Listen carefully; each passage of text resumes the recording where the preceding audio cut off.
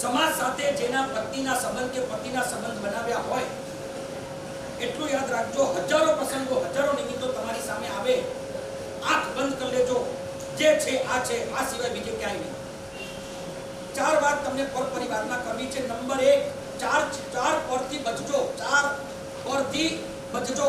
Number 1, પર દારાથી બચજો. તમારા માટે પર પુરુષ બંને એકબીજા માટે બચજો. સમાજ સાથે જેના પતિના સંબંધ કે પતિના સંબંધ બનાવ્યા હોય એટલું યાદ રાખજો, હજારો પ્રસંગો હજારો નિમિત્તો તમારી સામે આવે, આંખ બંધ કરી લેજો, જે છે આ સિવાય બીજે ક્યાંય નહીં.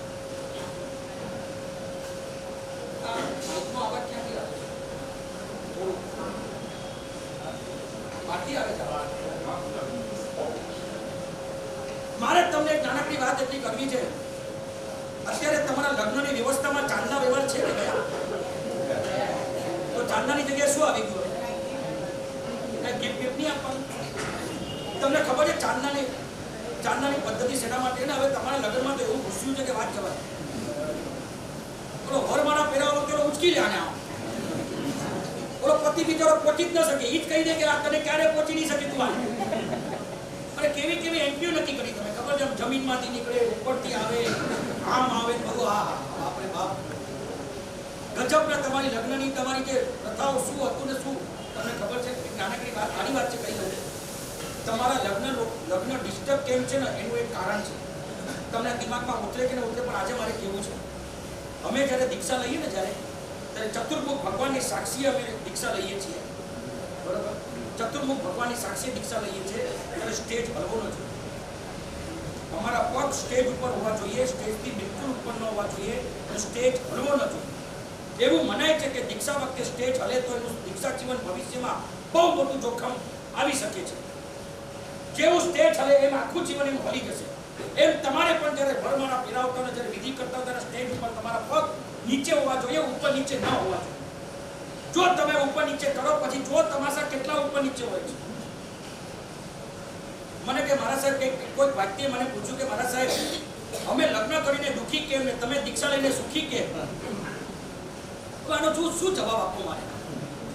પછી મેં જવાબ આપ્યો કે તું લગ્ન કરીને એટલો દુખી છે, તું આટલો લગ્નમાં આટલો સંતાપમાં એટલા માટે છે કે તે અગ્નિની સાક્ષીએ ફેરા ફર્યા એટલે તું દુખી છે.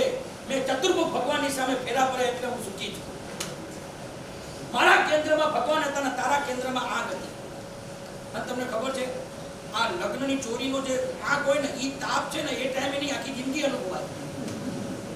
તમે જોજો, એક વાર ખાલી 4-7 ફેરા ફરવાથી નહીં, આખી જિંદગી તાપનો અનુભવ થાય.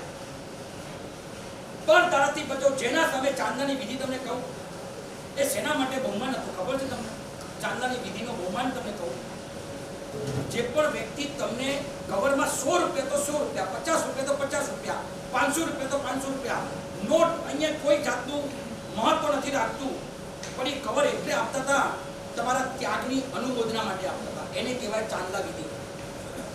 કેમ કે આજે તમે સમાજ વચ્ચે એવું ડિક્લેર કર્યું કે આ સ્ત્રી સિવાય હવે બધી સ્ત્રી મારા માટે માતા અને બેન સમાન, અને આ સ્ત્રીએ ડિક્લેર કર્યું કે આજ પછી આ પુરુષ સિવાય મારા માટે દુનિયાના તમામ પુરુષો શું કહેવાય?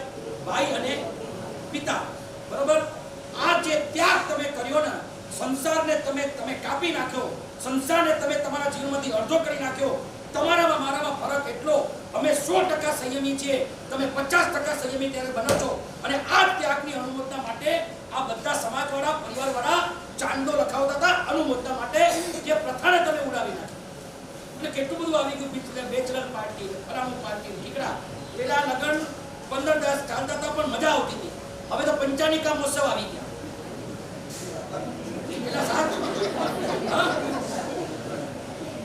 બસ બહાનું જોઈએ જલસા કરવા માટે. લગ્ન તમારા લગ્ન જેવા નથી રહ્યા. અને કપડા એવા પહેરાવે, એક આખો માણસ એના પર ચડાવી દીધો ને એટલું વજન કપડાનું લાગતું હોય. સાચું કે ખોટું? કઈ લગ્ન જેવું કઈ નહીં, કોઈ ચીજ નહીં. બસ ખાલી ધૂમ ધડાકા ને ભડાકા સિવાય બીજું કઈ તમારા લગ્ન નહીં. પછી આખી જિંદગી ભડાકા જ લાગે ને તમને. શાંતિથી જે પડતું હતું, સરસ રીતે પડતું હતું, આશીર્વાદ આપતા હતા, બધું આમાંથી ખતમ થઈ ગયું. હર્ષોએ રિંગ સેરેમની આપણે ત્યાં ગોળ થયા હતા. આની જગ્યાએ ઓળખાણા એટલે સગાઈ. હવે રિંગ સેરેમની રાખી અને હવે તો કાયદો થઈ ગયો, સગાઈ થાય તો પેલો ફોન આપવાનો એને કે રિચાર્જ કરાવવાનું. શું કરવાનું? બંધ નથી કરવાનું. હું તમને પૂછું છું, જણાવતો નથી. કોલ દારાથી બચો. એટલું નક્કી કરો કે મારા સાહેબ જે વ્યક્તિ સાથે મેં પરણ્યા છે, સમાજ વચ્ચે કોલ આપ્યો છે, વચન આપ્યું છે, એ સિવાય બીજે ક્યાંય હું ભટકીશ નહીં. આ બંને એકબીજાને વચન આપવા જેવું ખરું.